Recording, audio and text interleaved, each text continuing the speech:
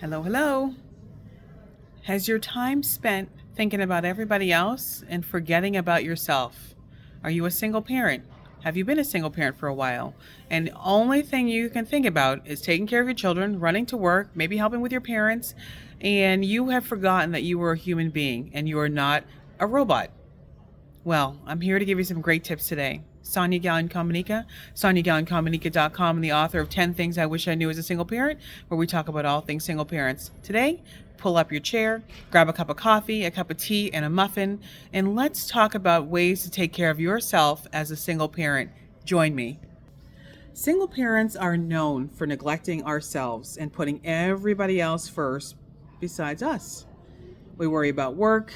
We're worrying about the children. We're worrying about the ex. We're worrying about everything we shouldn't be worrying about. And we're neglecting ourselves in the process. And it can take a long time to recover from this running around and taking care of everybody else. And I'm sure you get to a certain point where you don't even know how to sit still because you're so busy worrying about everybody else. Well, fear not. Today we're going to talk about some ways to take care of you and to make you special. So join me and let's have some fun. Dive in. Number one, first step is you got to begin loving yourself again. And you're probably thinking, of course I love myself. Look at me, I'm here. I get my nails done. But loving yourself means recognizing your own value and your own importance aside from being a parent, an employee, a daughter, a sibling, whatever. Recognizing that you are important, you are a human being, and you deserve to be appreciated. And if you cannot get that appreciation from your ex-spouse or ex or whomever, or even your employer, you have to give it to yourself. So it's loving on you. I think Jennifer Lopez just came out with a new movie, and she's talking about the greatest love story never told. And the love story, it's not about a man and a woman. It's about learning to love you, finding yourself, finding out who you are, and embracing that person. So always the first step is going to be, as a single parent, is loving yourself again, because a part of you has probably gotten lost in your relationships and with your children, your work, or whatever else. So finding yourself again. Number two, it's time to stop reacting to our children. We do a lot of that. Most of that out of guilt. And I wrote in my book, 10 Things I Wish You Knew as a Single Parent. I wish I knew as a single parent. It was that there's so much time, so many periods where we're just feeling guilty. Everything we do is stemming from guilt, from how we spend our money, where we go with our children, the time we spend with our children. And we're just doing things as a reaction and not being proactive and not being assertive. So we want to stop reacting to our children. I know it's hard. I know they have needs. I know everybody in the family has needs, but it's time for us to say, okay, wait, take a breath. Take 10 seconds. Do I really need to respond to this right now? Can this wait an hour, a week, a month before I respond to it? And when we slow down and stop reacting suddenly, I think everybody else gets healthy as well. Number three, we minimize and underestimate the need for sleep in our great health. And because we're constantly in a state of movement, we forget how important our sleep is. And it's amazing the people that are not single parents, don't have children, or aren't putting as much emphasis on their children, they tend to sleep pretty well. So 8 hours of sleep at night is really, really, really, really important. If you can get 8 hours of sleep, please do it. Really just take time and say, I am important. I need to value myself. I need to rest. I need to get rejuvenated so that I can be the best parent, whatever, ex-spouse, employee, whatever, business owner. So in order to do that, you need to take care of yourself. And you need to take care of yourself by sleeping and enjoying that time and recognizing you deserve to sleep. There's nothing wrong with you sleeping. Your children are going to be fine. They will survive without you for 8 hours. Number four, one of the things that happens a lot with single parents is we forget to have fun. The fun time is now with the ex-spouse. All they do is they have fun. And we're running around and making sure everything else is going right. They have their meals ready. And I remember getting up in the morning, making sure they had oatmeal or cream of wheat, and they had a hot breakfast. I'm running home on my lunch break, and I'm making sure that they have, the home is clean, their dinner is ready. You forget to have fun. And fun is a big part of mental health. So make sure you're having fun, doing something that you enjoy, whatever that might be. It's going to be different for different people. Some of us enjoy reading, and that makes us happy, and it's fun. But whatever it is for you that is fun, find it and do it. It might be going to the movies. It might be shopping. It might be sitting down. It might be by the ocean. Whatever it is, make time for fun. The next thing is Not only just having fun, like activities, find out what you like to do and it makes you happy and do it.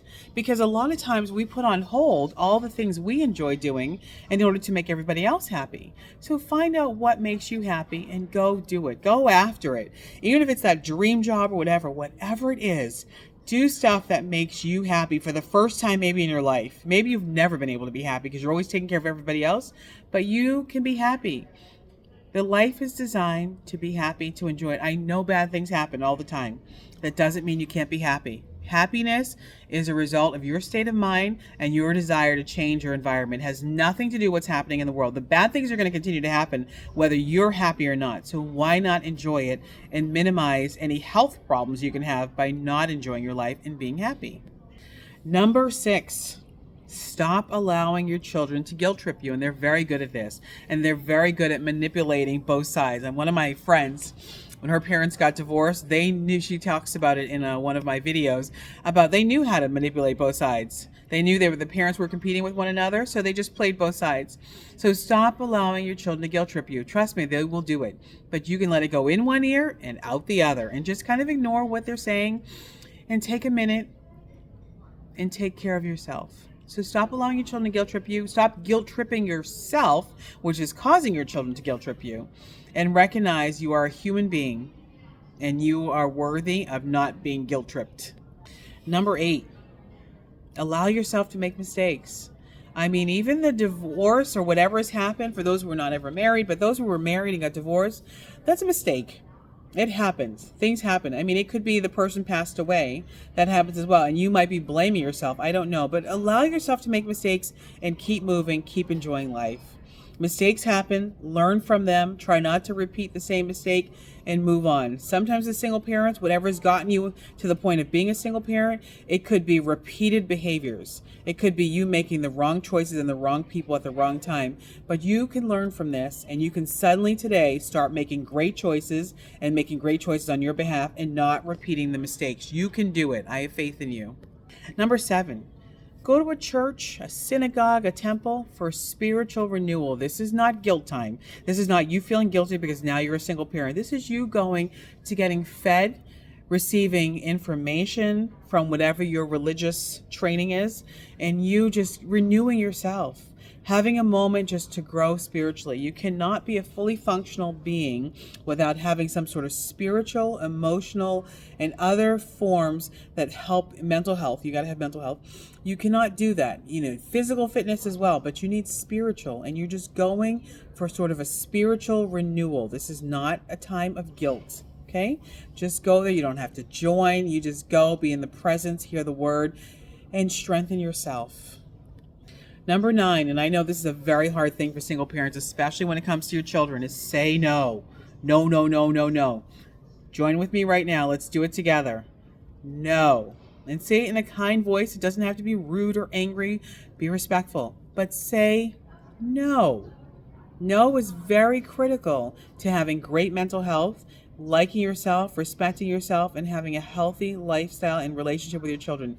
You must learn to say no. No is very important. So again, let's say it together. No. And last but not least, number 10, be proactive. Choose your activities. Choose wisely. Choose what works for you. Stop choosing them based on whatever your children want. Choose what works for you. You deserve it. We're no longer going to neglect ourselves. We're going to start taking care of ourselves and loving ourselves. So these 10 things, we're going to do a nice little recap. Number 1, love yourself again. Number 2, stop reacting to your children. Number 3, sleep at night at least 8 hours if it's at all possible. Number 4, make your life fun. Number 5, find out what makes you happy and do it. Number 6, stop allowing your children to guilt you. Number 7, go to church, synagogue, or temple for spiritual renewal, not for guilt. Number 8, allow yourself to make mistakes. Number 9, say no and say it often. And 10, be proactive and choose your activities. Have an amazing day. Sonia Gallion-Comunica, SoniaGallionComunica.com, and the author of 10 Things I Wish I Knew as a Single Parent, where we talk about all things single parents.